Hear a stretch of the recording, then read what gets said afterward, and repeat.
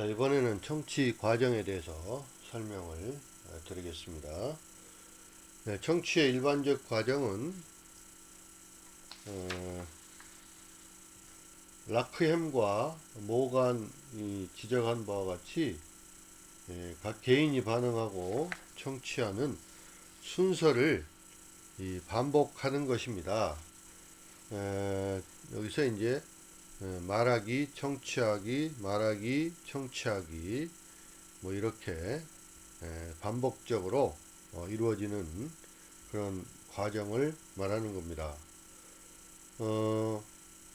실제로 이러한 그 청취 과정을 완전하게 이해하려면은 청취 과정을 보다 확대시킬 필요가 있어요.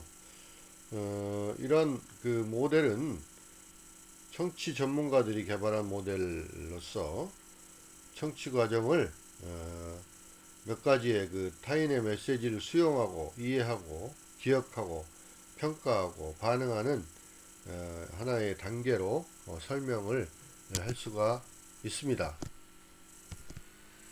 수용하고 이해하고 기억하고 평가하고 반응하는 이런 단계로 설명을 할 수가 있습니다. 자, 그러면 수용은 뭡니까? 이 듣기를 말하는 것으로서 청취의 첫 단계에 있는데요. 이 듣기는 송신자가 보내오는 언어 또는 비언어적인 메시지를 수용하는 것입니다. 그 다음에 이해는 송신자가 의미하는 바를 알았을 때 비로소 understanding, 이해하는 단계에 이르게 되는 겁니다. 이해라는 것은 메시지의 단순한 수용을 말하는 것이 아니고요. 그 메시지 송신자의 표현된 생각이나 그 표현에 수반된 감정까지도 아는 것을 말합니다. 기억은 일단 메시지를 수용하고 이해하게 되면 잠시 동안이라도 그 메시지를 우리의 뇌 속에서 저장할 필요가 있는 것이죠. 이걸 우리는 기억이라고 하는데 이거는 다음 단계의 메시지의 평가 단계를 위해서 필요한 것입니다. 자, 평가는 메시지를 잘 판단하는 것이죠. 해석하는 것입니다. 해석 또는 평가라고 하는 것인데요. 메시지를 잘 판단하는 단계를 말합니다. 그다음 반응은 청취 과정에서 반응은 두 가지 단계로 이제 구분할 수가 있는데, 첫째는 송신자가 이야기하는 과정에서 보일 수 있는 반응이고요. 그래, 뭐 이런 것들이 되겠죠. 두 번째는 이야기가 끝난 다음에 보일 수 있는 반응입니다. 내 감정을 충분히 이해하겠어. 뭐 이런 반응이 나타나는 거죠.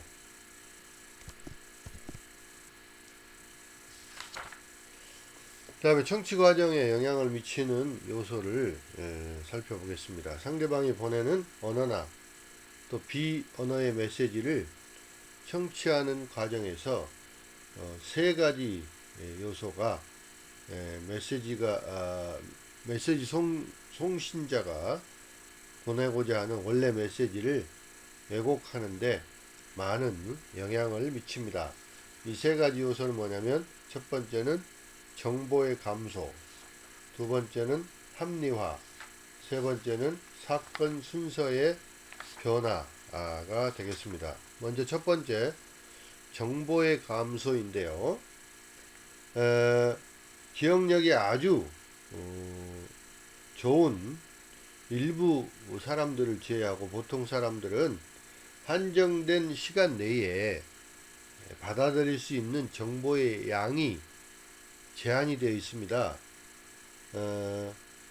너무 많은 양의 정보가 한꺼번에 제공이 되면 사람들은 이것을 제대로 대처하기 위해서 수용하는 정보를 축소할 수밖에 없습니다. 이게 바로 정보의 감소 현상입니다.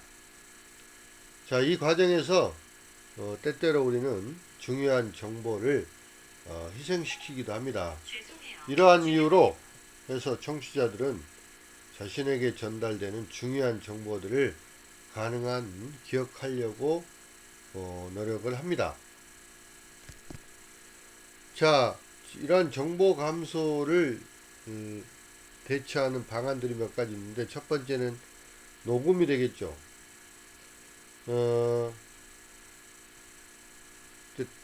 대인관계에 있어서 녹음을 통해서 기록할 수가 있다면 많이 회상하는데 도움이 될 것입니다.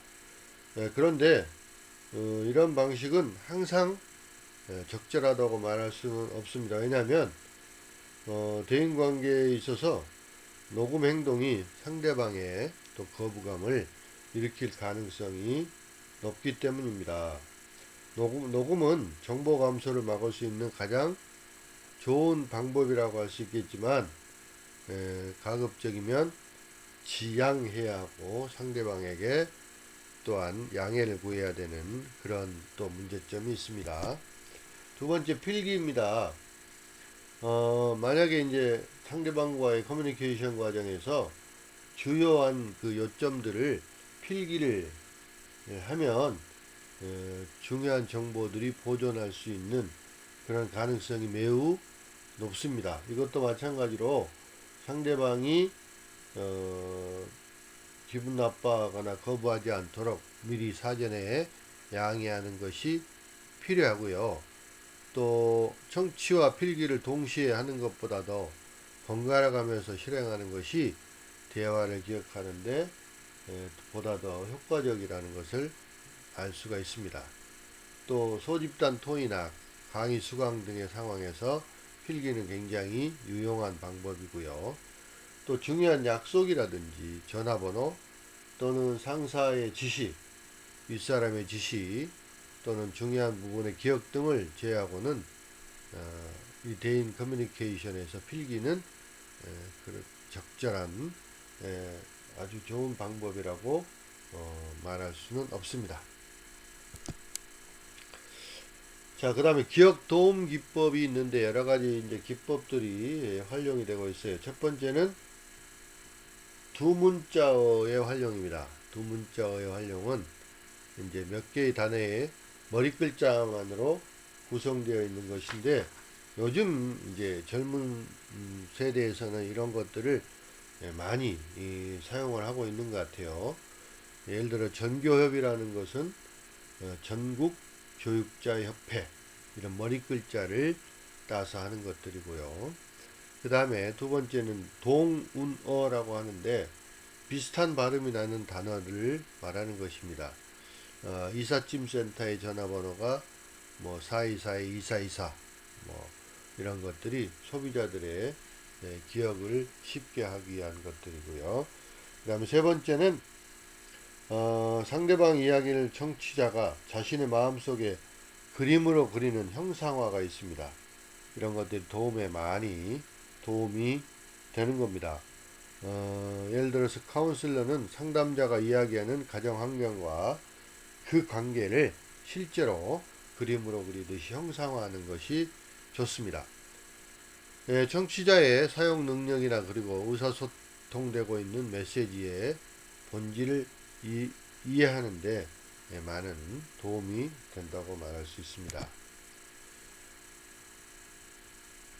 여기서 이제 이거는 그 도로 표지판인데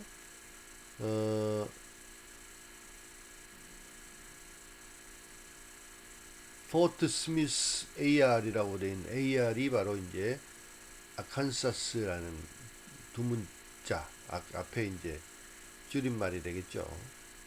그 다음에 이제 여기서 동운어는 빨리빨리 파리파리가 되겠습니다. 그 다음에 이제 이 정보의 감소에서 이것들을 방법으로 자료의 체계화가 있는데요. 이야기 내용을 가능한 한 주제 또는 개념, 범주 이런 것들로 연대순으로 이렇게 체계화하는 방법을 말합니다. 이 개념적인 그 정리를 함으로써 메시지를 회상하는데 많은 도움을 받게 됩니다. 다이어트 방법을 뭐 이렇게 이제 뭐 추리 형식으로 이렇게 이제 자료를 여러 가지로 체계화해서 정리해 놓은 거고요. 또 이거는 반고호 일생에 대해서도 이렇게 정리를 해 놓으면 기억하는 데 많은 도움을 받을 수 있습니다. 두 번째는 이제 합리화인데요. 일반적으로 사람들은 청취하는 과정에서 그 정보들을 자신의 상황이나 또 경험에 맞춰서 이해하려고 하는 경향이 매우 강합니다. 또한 이러한 정보들이 자신의 상황이나 경험에 비춰볼 때 수용할 수 없는 것으로 판단되는 경우에는 좀 더 이해할 수 있게 상대방의 그 메시지를 합리화하려고 하는 그런 시도를 하게 되는 것입니다. 자, 합리화의 유형에는 세 가지가 있는데요. 첫 번째, 사람들은 제시된 사실에 대해서 다른 원인으로 귀인하는 경우가 있습니다. 예를 들어서 기침이 심해서 병원을 방문한 환자가 기침의 원인이 흡연 때문이라는 의사의 설명을 수용하지 않고 날씨라든지 또는 뭐 유전적인 이유 때문이라고 원인을 다른 데로 이렇게 돌리는 경우죠. 두 번째는 언어의 변형도 또 가장 흔한 형태의 합리화라고 말할 수 있습니다. 이것은 청각의 혼동이라는 현상 때문에 발생하는 것인데요. 흔히 먹는 배와 타는 배, 이것은 발음이 같기 때문에 대화에서 잘못 알아들을 수가 있습니다. 세 번째는 자료에 추가가 있을 수가 있는데요. 일상적인 잡담에서 이러한 현상이 주로 많이 나타나게 되는데 사소한 이야기가 여러 사람을 통해서 전달되다가 보면 점차 확대되어서 나중에 가서는 충격적인 이야기로 이렇게 변질이 되게 되는 거죠. 손만 잡은 이런 상황이었는데 뭐 임신했다더라 이렇게까지 정보가 추가가 돼서 왜곡이 되는 그런 걸 말합니다. 그 다음에 사건 순서의 변화입니다. 사건 순서의 변화는 청취자가 정보를 이해하는 단계에서 흔히 발생되는 것인데요. 수용된 정보의 순서가 머릿속에 잘못 기억되는 것을 말합니다.